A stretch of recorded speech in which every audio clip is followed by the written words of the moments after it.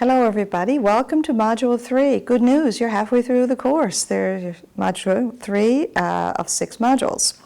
So here, you'll be pleased to know we're moving beyond the financial statements, a little bit away from some of the numbers.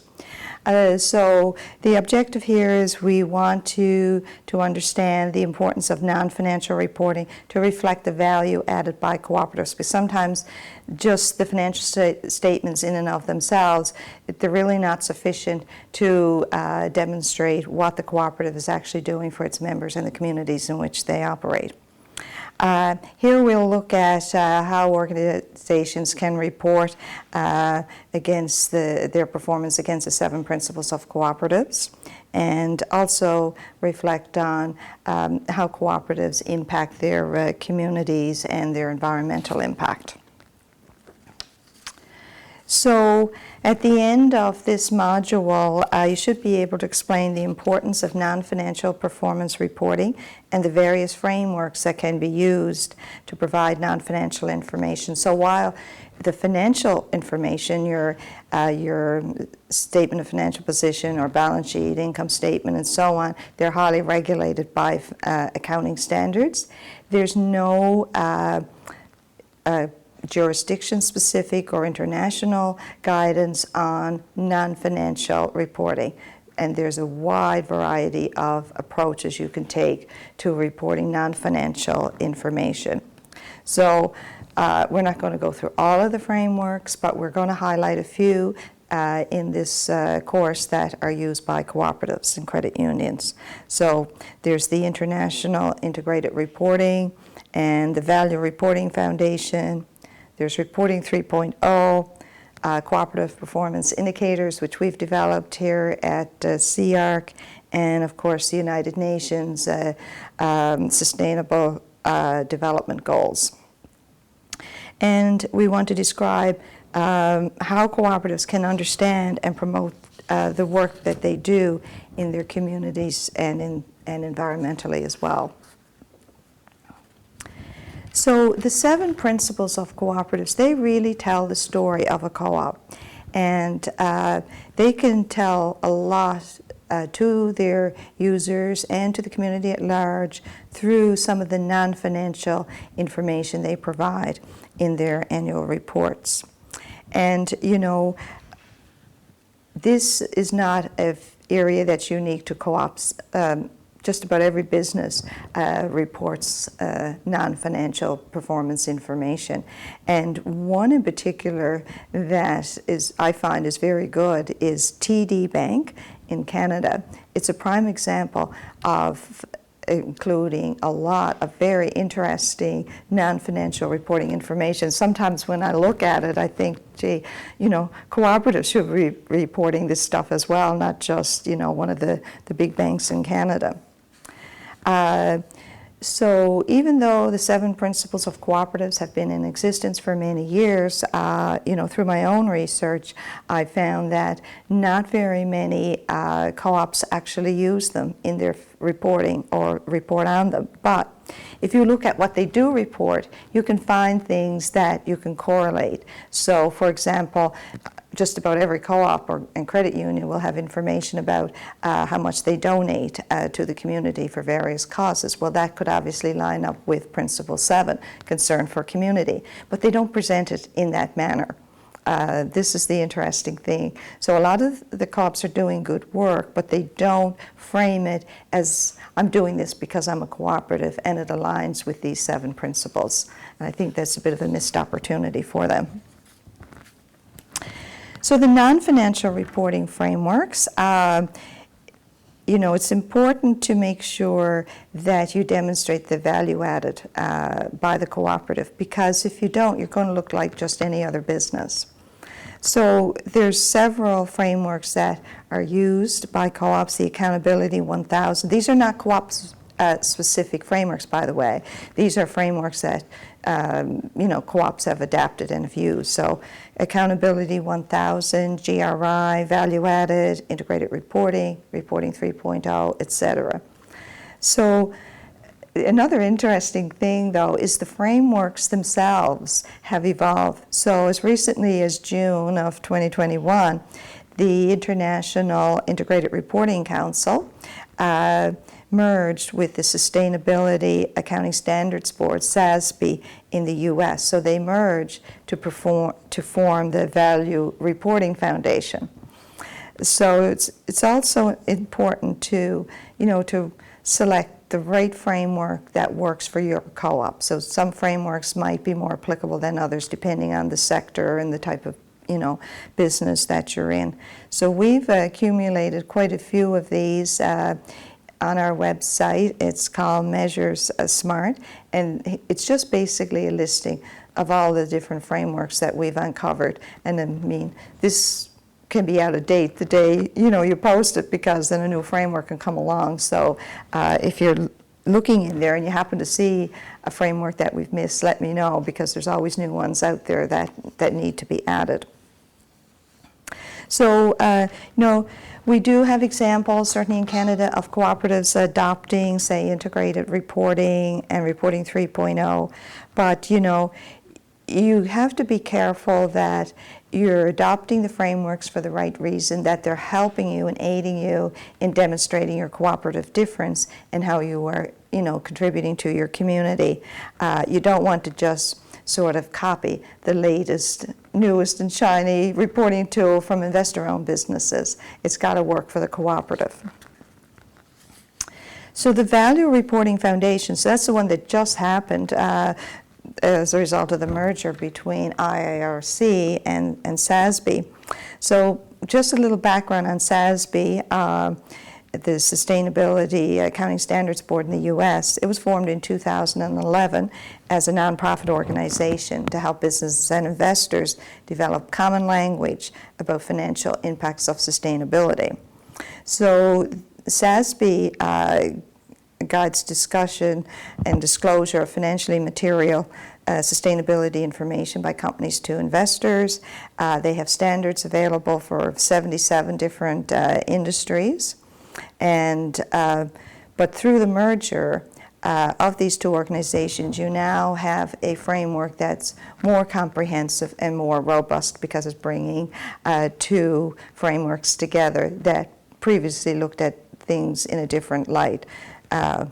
So just the combination of that is probably going to be very helpful. But it's a lot of information for people to wade through and figure out which framework do I want to use.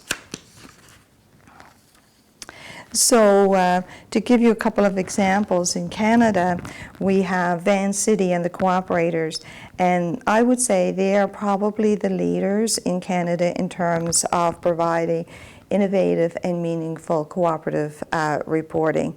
And you'll see I have a video interview there with Julia Robbins of Vancity regarding their reporting approach. So remember, these are just frameworks, and co-ops really need to think about it and determine how the frameworks can help them, measure and report on their work. When you're reporting on non-financial performance, you do have to be wary of the issues of data validity and comparability.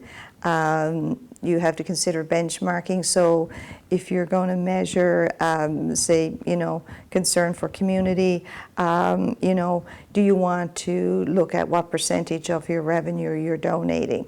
Do you want to compare to other cooperatives? Do you want to compare to others in your sector? So currently, there's no publicly available benchmark to compare cooperative performance. And there's also a lack of attention on measurement related to the UN Sustainable Development Goals. And, that's important as well. So I'm working with a colleague, Dr. Daniela Senkel at the University of Guelph, and we're actually working to look at Vancity and the Cooperators to see how the adoption of integrated reporting has impacted integrated thinking. So has it changed the way these organizations have managed their cooperative performance? We have also, over the past few years, worked on coming up with cooperative performance indicators, and we call it CPI. So this is a project that was led by CEARC and another one of your instructors, Dr. Fiona Dogood, and one of our MMCCU graduates, Eric Goslin. He's been working with us as well. And so we took a participatory approach. So rather than us coming up with a bunch of measures that reflected the 7 principles, we invited co-ops from various industries from across Canada, various sizes, small, medium, and large, to participate and come up with what they think are good measures to evaluate the 7 principles. So they came up with 35 indicators covering the 7 principles, and they're going to be providing benchmark data to help them evaluate their performance. And so we've had that project on the go a couple of years, and now we've moved into looking at the UN Sustainable Development Goals. So now we're going to combine both projects because some of the UN SDGs can also be correlated to the 7 principles of cooperatives. So we're merging the two projects. So looking at the UN Sustainable Development Goals, we've had 2 projects. The first one was sponsored through Cooperatives and Mutuals Canada, and that was to look at where cooperatives stand with current reporting on the SDGs. Are they using them? And if they are, how are they, reporting on them? So this is the first phase of a multi-phase project, and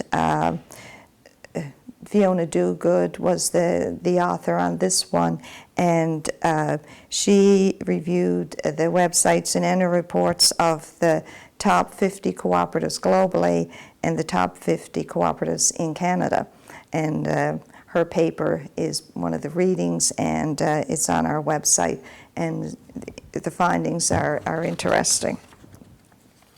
So the second phase of this work is, now that we know the baseline, in general what we found was that in Europe co-ops were measuring along some of the UN SDGs, whereas in Canada there was very little of that. So we have a second grant funded by the Social Sciences and Humanities Research Council, SSHRC, and this is the Canadian government granting agencies for universities. So we are again working with Cooperatives and Mutuals Canada, the industry association, and they helped us recruit 16 co-ops, again, small, medium, and large, not the same people. There might have been a couple, but there's different ones that were in the previous project for the CPI. And we started off with like 400 different measures, and we've narrowed them down now to 15 metrics that reflect the 17 principles, 17 SDGs, and also some of the principles of cooperatives. So as I mentioned, we started with 400. We took them from a wide array of sources. Then we narrowed them down. We came up with criteria that we evaluated each of the 400 by. So were they important for stakeholders? How feasible was it to actually get that information? We looked at relativity and sector specific. So from there, we got our 400 down to 50. So that was myself and Fiona Dogood, Eric Goslin. So we did that. Then we sent the 50 out to our participants to get their feedback, and we've since reduced that now. As a result of that feedback, we're down to 25. So that's where we are with that project, and through the coming months you'll see more information on that coming out from CEARC. So finally, for our Living Lab number 3, I want you to apply the application of what counts from the reading that we have for Quarter, Moog, and Richmond. And then the second part is identify metrics or narrative information that you have in your annual reports that reflect the 7 principles or any of the United Nations Sustainable Development Goals. So that concludes the video for Module 3.